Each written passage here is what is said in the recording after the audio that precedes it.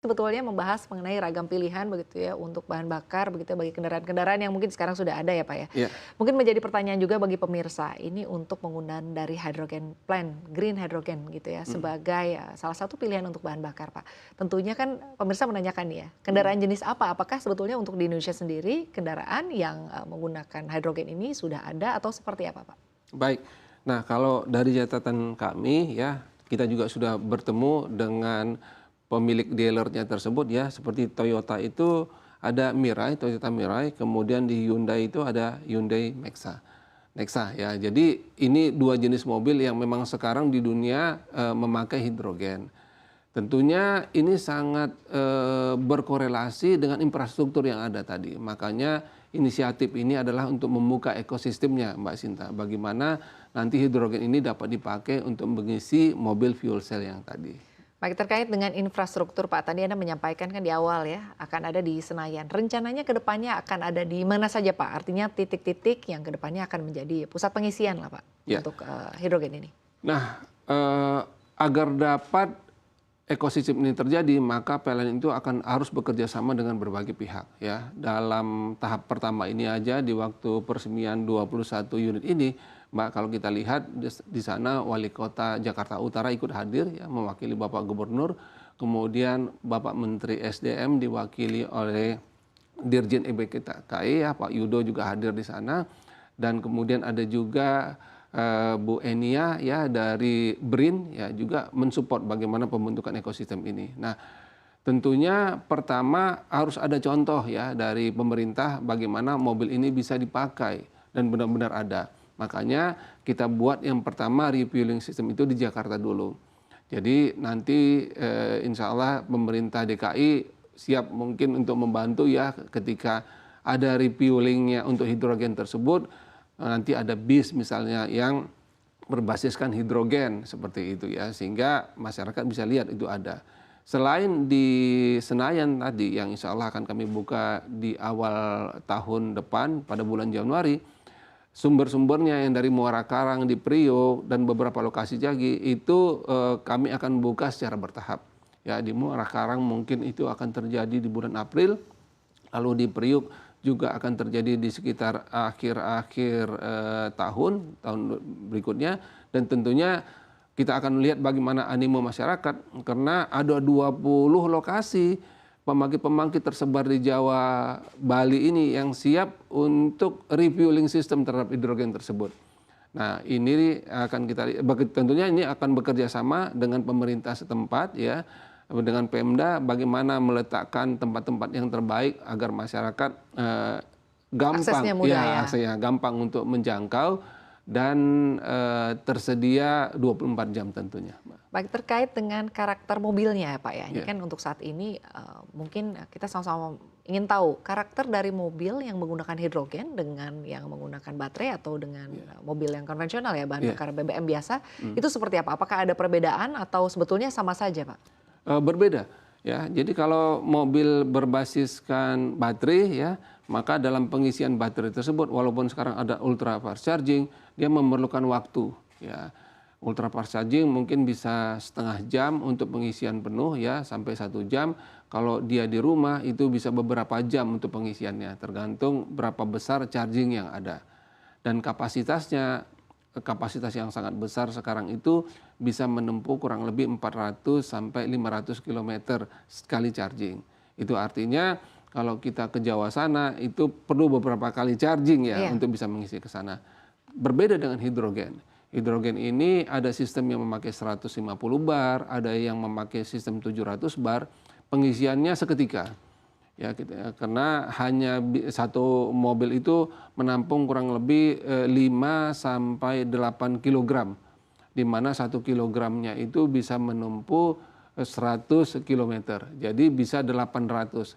Bahkan beberapa mobil yang sekarang yang terbaru itu bisa menempuh untuk 1 kilonya, untuk 1 kilogramnya itu 120 ya, sehingga bisa hampir 960 kilometer bisa ditempuh dengan sekali pengisian saja. Jadi ya berbedanya di situ, Mbak Sinta. Baik Pak, tadi Anda menyampaikan untuk yang di Muara Karang ini ada sekitar 50 ton ya Pak untuk produksinya, lalu untuk yang di Iya, Tanjung Priok ada sekitar 10 ya Pak iya, ya. iya. Artinya masih ada akses Pak, karena yang dipergunakan untuk di Muara Karang sendiri ada 7 ton. Nah, terkait Iya, dengan mobil hidrogen Pak, di Indonesia sendiri apakah saat ini sudah ada? Artinya kita kan melihat produksinya cukup banyak, tapi pasarnya sebetulnya bagaimana nih untuk saat ini? iya.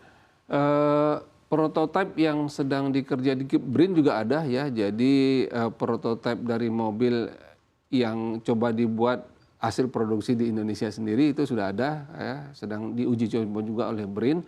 Yang kemudian kedua mobil ini sudah ada tapi tesnya ya karena infrastrukturnya belum ada.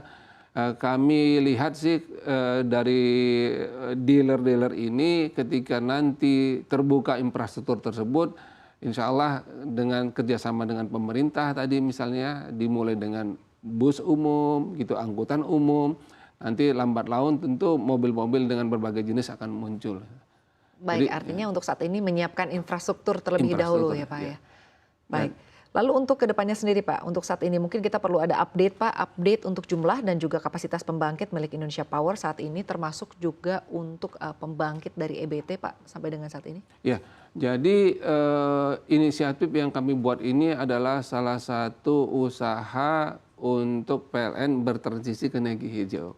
Ya, jadi sebenarnya hidrogen ini selain dipakai tadi untuk pendingin, ekosistem yang untuk mobil-mobil berbasiskan fuel cell dibuka, tetapi dia bisa juga dipakai untuk co-firing terhadap pembangkit-pembangkit kami.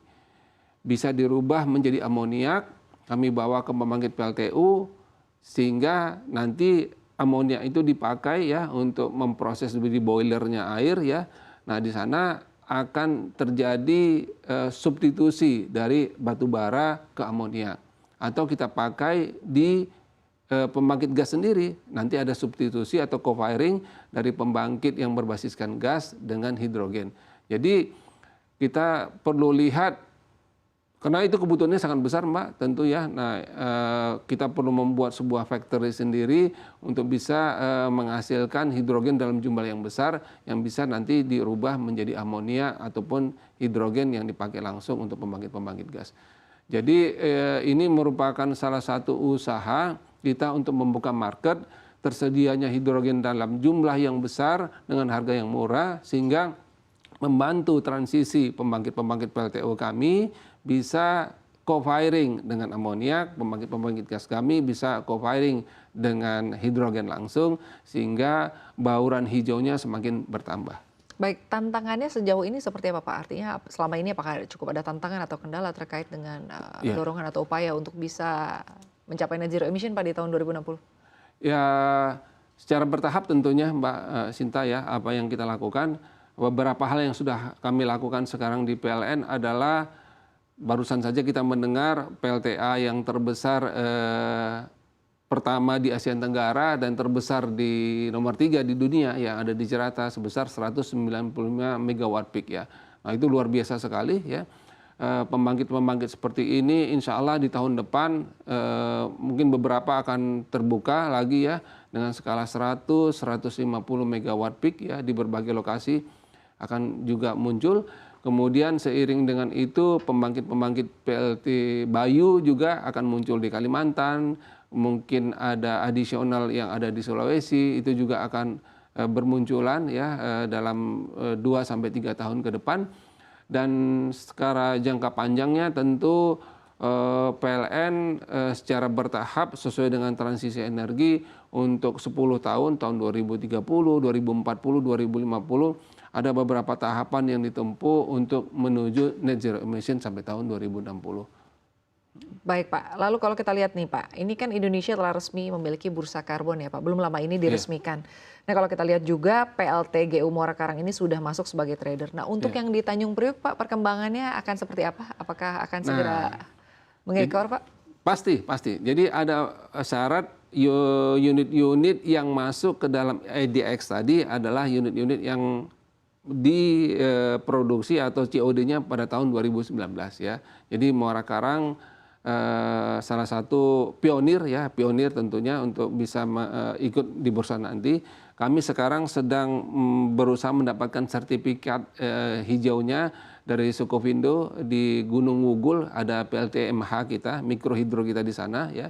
Kemudian yang juga akan segera menyusul di Priok sendiri karena ada blok 4 yang baru kita bangun ya. Kemudian ada di Tambalorok juga blok 3 dan di Grati di blok 3-nya juga kita bangun. Dari insya Allah pada akhir tahun ini Gunung Wugul akan masuk dan awal tahun depan 3 pembangkit yang tadi akan menyusul untuk meramaikan bursa karbon tadi. Baik, Anda sendiri melihatnya bursa karbon sampai dengan saat ini seperti apa? Apakah artinya cukup mendukung atau mendorong artinya pendanaan di energi hijau ini?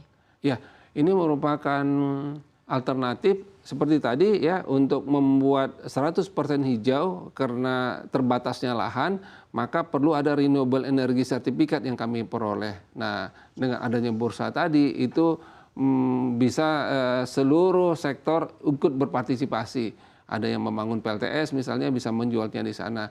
Kita punya satu tempat untuk bernegosiasi, berbursa, bermarket di sana ya, sehingga tidak perlu mencari di mana-mana, cukup masuk ke bursa dan di situ kita bisa memberi energi hijau di sana, renewable energy sertifikatnya kemudian kita peroleh tentunya, Mbak. Ya semoga saja ya Pak, artinya rencana-rencana atau roadmap yang sudah ditentukan ya untuk baik bagi Green Hydrogen Plan ke depannya, lalu juga untuk infrastrukturnya akan terus maju ya Pak ya, dan juga bisa sesuai dengan target yang direncanakan Pak Edwin. Terima kasih banyak Pak Edwin sudah hadir di studio kami di pagi hari ini. Salam sehat dan sukses selalu untuk Anda Pak.